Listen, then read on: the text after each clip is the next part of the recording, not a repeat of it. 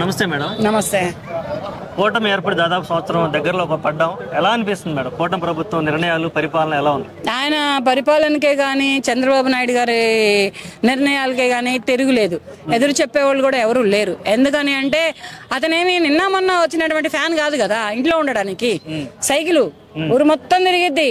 Telugu Desam party, TDP party అంటే దేశం మొత్తం తిరిగిద్ది.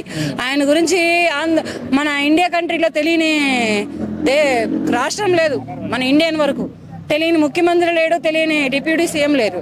అటువంటి ఆయన మరి ప్రభుత్వం ఎలా ఉంటుంది అని చెప్పుకోవడం కంటే కూడా కళ్ళారా వీక్షిస్తున్న ప్రజలకి తెలుసు. అతని మేధస్సు శక్తిని పెట్టుకొని నారా లోకేష్ గారే కానీ, పవన్ కళ్యాణ్ గారే కానీ అతను ఎక్కడికైనా ఉరుకులు తీసిన వాళ్ళు తీశారు. తీయలేక ఇతను ఆగిపోతే ఈయన కాళ్ళని వీళ్ళ పవన్ కళ్యాణ్ గారు, నారా లోకేష్ గారు చక్రాలు చేసుకొని వీళ్ళు ఉరుకులు తీస్తూ అక్కడ రాష్ట్రాన్నే కానీ, రాష్ట్రంలో అభివృద్ధినే కానీ చాలా బాగా చేస్తున్నారు.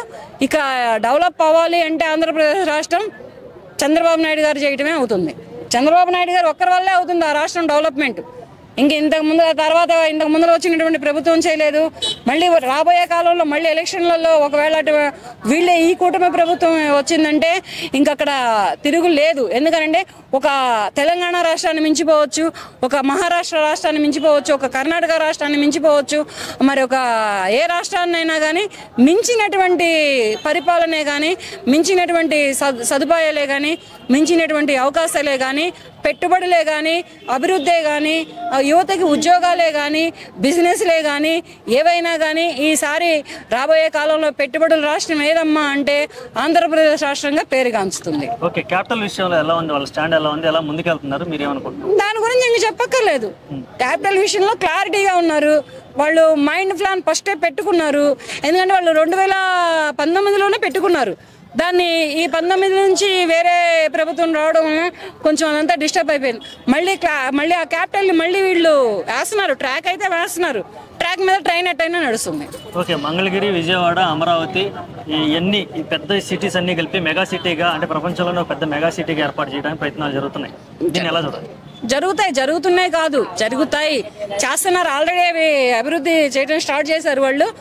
అభివృద్ధిలో భాగంగా మరి పెట్టుబడులు వస్తున్నాయి, బిజినెస్లు వస్తున్నాయి, విదేశాల నుంచి బిజినెస్లు కూడా వస్తున్నాయి. లూలు మాల్ కూడా బ్యాక్ వచ్చింది. లూలు మాల్ కూడా బ్యాక్ వచ్చింది. రావడం వరకు చాలా మంది హర్షం వ్యక్తం చేశారు. అవును, మరి అప్పుడు ప్రభుత్వంలో వెళ్ళిపోయింది, వెనక్కి వెళ్ళిపోయింది. ఈ ప్రభుత్వంలో నేను ఎక్కడ నిలబడతారా బాబు, నా వల్ల కాదురా, నేను నా పుట్టింటికి వెళ్ళిపోతానని వెళ్ళిపోయింది. మళ్ళీ అటువంటి లూలు మాల్ అనేది మరి ఆంధ్రప్రదేశ్ రాష్ట్రంలో అడుగు పెట్టింది అంటే మరి అదంతా చంద్రబాబు నాయుడు గారి మేధస్సుతనం, చంద్రబాబు నాయుడు గారి చాకచక్యం. ఈ చంద్రబాబు నాయుడు గారికి ఉన్నటువంటి మేధస్సుతనానికి వీళ్ళిద్దరూ ఒకళ్ళు లెఫ్ట్ హ్యాండ్, ఇంకొకళ్ళు రైట్ హ్యాండ్గా ఉండి ఈ రాష్ట్రాన్ని మాత్రం వీళ్ళ ముగ్గురు బాగా నడిపిస్తున్నారు. Okay madam, thank you.